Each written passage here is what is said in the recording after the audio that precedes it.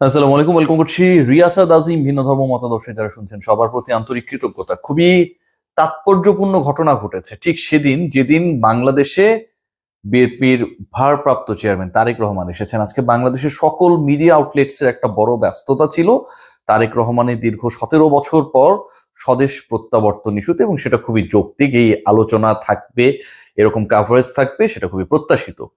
বাংলাদেশের ক্রিকেটে এই ঘটনার সমান্তরালে যে ঘটনা ঘটে গেছে আজকের দিনে, সেটা এক কথায় অবিশ্বাস্য। এবং আগের সকল এডিশনস অফ দ্য বিপিএল, এর আগে যে 11টা এডিশন হয়েছে, এবং আজকে একটা ঘটনার প্রেক্ষিতে তালহা জোবায়ের, যিনি নোয়াখালীর যে দলটা রয়েছে সেটার অ্যাসিস্ট্যান্ট কোচের দায়িত্বে রয়েছেন, তিনি বলেছেন যে এর আগে এরকম অদ্ভুতুরে কিংভূত কিমাকার বিপিএল তিনি তার ক্যারিয়ারে দেখেন নাই।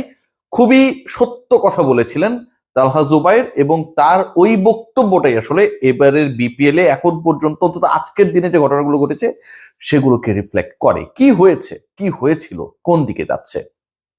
বিপিএল শুরু হতে বাকি আর মাত্র একদিন। আপনারা সবাই জানেন যে আগামীকালই বিপিএল মাঠে গড়াচ্ছে। প্রথম দিনে দুটো ম্যাচ রয়েছে, টিকিট সোল্ড আউট।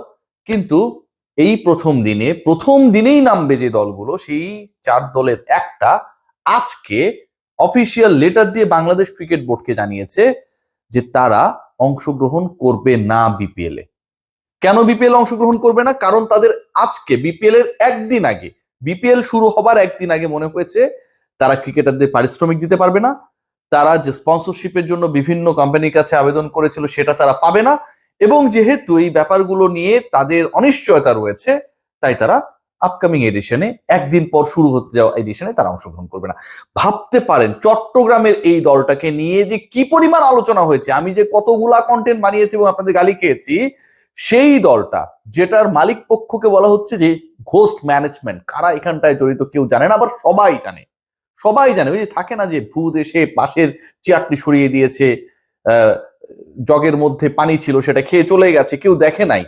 চট্টগ্রামের দলটা যেন সেই ঘোস্ট ম্যানেজমেন্ট নিয়েই চলছিল, এবং যেই ঘোস্ট ম্যানেজমেন্ট নিয়ে রিপোর্ট করেছিলেন আমাদের আতিফ আজম ভাই, সেখানটাই ম্যানেজমেন্টের যিনি চেয়ারম্যান ছিলেন চট্টগ্রামের কর্ণধার, তিনি দাবি করেছিলেন যে তারা আসলে এবারে দল পরিচালনা করার জন্য এখন পর্যন্ত যে অবস্থায় রয়েছে হয়তো শেষ পর্যন্ত পারবে না। বাংলাদেশ ক্রিকেট বোর্ড এরপরে মিডিয়া অ্যাডভাইজারি পাঠিয়েছিল যে চট্টগ্রামকে নিয়ে কোনো সমস্যা নেই, যেটা ক্রিকেট বোর্ড সবসময় করে। নারী ক্রিকেটার ইস্যুতে জাহানারা আলম যখন প্রথম অভিযোগ করেছিল, ক্রিকেট বোর্ড তখন মিডিয়া অ্যাডভাইজারি পাঠিয়েছিল জাহানারা কেউ না আমাদের টিমের। সেই সময়ের যিনি চেয়ারম্যান ছিলেন আব্দুর রাজ্জাক এটা নিয়ে কমেন্ট করেছিলেন। তো ক্রিকেট বোর্ডই আগ বাড়িয়ে যে কাজগুলো যখন করে, আপনি ধরে নিতে পারেন যে তার মানে কিছু একটা হচ্ছে। সেটা হয়েছে। ক্রিকেট বোর্ড খেলা শুরুর একদিন আগে they had to take over the responsibility of Chattogram Royals. ভাবা যায় চট্টগ্রামের যেই দলকে এত আলোচনা, এত ডিফেন্ড করার চেষ্টা বাংলাদেশ ক্রিকেট বোর্ডের, সেই চট্টগ্রাম রয়্যালস এর ভেতরে যে দুজন তিনজন ব্যক্তি রয়েছেন যাদের ব্যাপারে ইন্টিগ্রিটি এনশিওর করার ক্ষেত্রে অ্যালেক্স মার্শালকে নিয়োগ করা হয়েছিল আমিনুল ইসলাম বুলবুলের ভালো কাজগুলার একটা, সেই অ্যালেক্স মার্শালের রিপোর্টে মালিক পক্ষ, পরিচালনা, ম্যানেজমেন্টের সাথে জড়িত থাকতে পারবেন না আমিন খান নামে একজন ভদ্র ব্যক্তি, এবং অপরজনের নাম সামিনুর। এই দুজনের ব্যাপারে যখন বাংলাদেশ ক্রিকেট বোর্ড জিরো টলারেন্সে চলে গেছে, চট্টগ্রাম তখন বলেছে আমরা তাহলে দল পরিচালনা করতে পারবো না। সো এই দুজন থাকলে পারতেন, এই দুজন না থাকলে আপনারা পারতেন না। আমার প্রশ্ন হচ্ছে এই দুজন কারা? এরা কি বাংলাদেশের বিশাল কোনো শিল্পপতি, অঞ্জন চৌধুরী পিন্টু, বা এক সময় বাংলাদেশে অবস্থান করতেন সালমান এফ রহমান, এরকম কেউ? মানে এরা কারা? এই ব্যক্তিদের ছাড়া আপনারা পরিচালনা করতে পারতেন না, আবার এই ব্যক্তিরা থাকলে আপনারা পরিচালনা করতে পারবেন। তো ম্যাজিকটা কোথায়?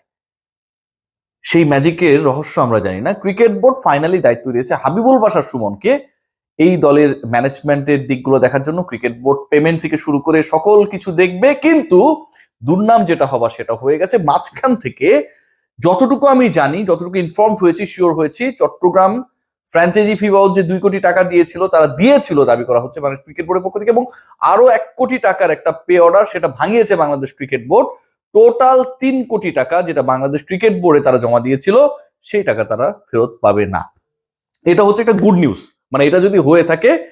এবং এই ঘটনার প্রেক্ষিতে 3 কোটি টাকা আপনি ঠিক আছে আটকাতে পেরেছেন বা বিসিবির ফান্ডে রয়েছে, কিন্তু ইজ্জতটা যেভাবে এই মকারদের জন্য, মকারির কারণে যারা এই দলটা পেয়েছিল, এই আমিন খানের গং কিন্তু এর আগে রাজশাহীর দায়িত্বে ছিল, এবং তখন ফারুক ভাইয়ের মতো লোক বিসিবির প্রেসিডেন্ট ছিল।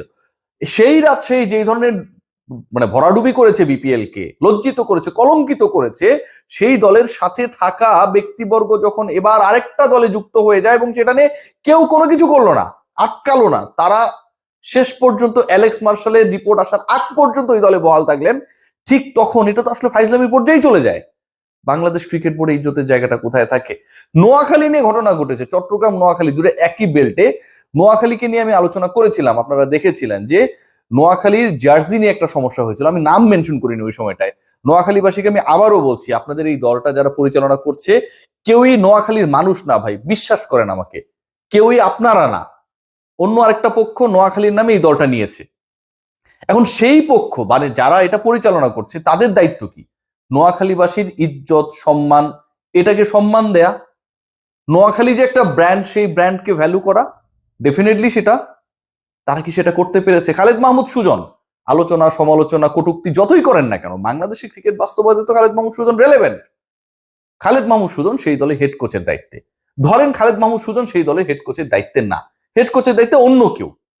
আপনি যখন একটা দলকে নিয়ে প্র্যাকটিসে নামবেন এবং সেই প্র্যাকটিসে নেমে যখন আপনি 3টার বেশি বল দেওয়া হবে না, এরকম একটা আলোচনা, এরকম একটা ডিসকাশন, এরকম একটা ফোন কল আপনি পাবেন, তখন তো সেটা লজ্জার, অপমানের, বিব্রতকর, কোনোভাবেই এটা মেনে নেওয়া যায় না। খালেদ মাহমুদ সুজন তালহা জুবাইর 3টা বলের বেশি প্র্যাকটিস সেশনে পাবে না, এটা দিয়ে প্র্যাকটিস করাতে হবে এবং কাইন্ড অফ তার সাথে মিসবিহেভ করা হয়েছে। খালেদ মাহমুদ সুজন বাংলাদেশের ক্রিকেট ইতিহাসের যে কয়েকটা অবিস্মরণীয় ম্যাচ নিয়ে আপনি আলোচনা করবেন, পাকিস্তানের বিপক্ষে বাংলাদেশের বিশ্বকাপে 99 সেই অবিস্মরণীয় জয়, ব্যাট হাতে বল হাতে তার অলরাউন্ড নৈপুণ্য, 3 উইকেট পেয়েছিলেন, সম্ভবত 31 রান বা 27 রান করেছিলেন স্কোর। সেই খালেদ মাহমুদ সুজনকে কাইন্ড অফ থ্রেট করা হয়েছে, হুমকি দেওয়া হয়েছে, মিসবিহেভ করা হয়েছে নোয়াখালীর ম্যানেজমেন্টের দায়িত্বে যিনি রয়েছেন।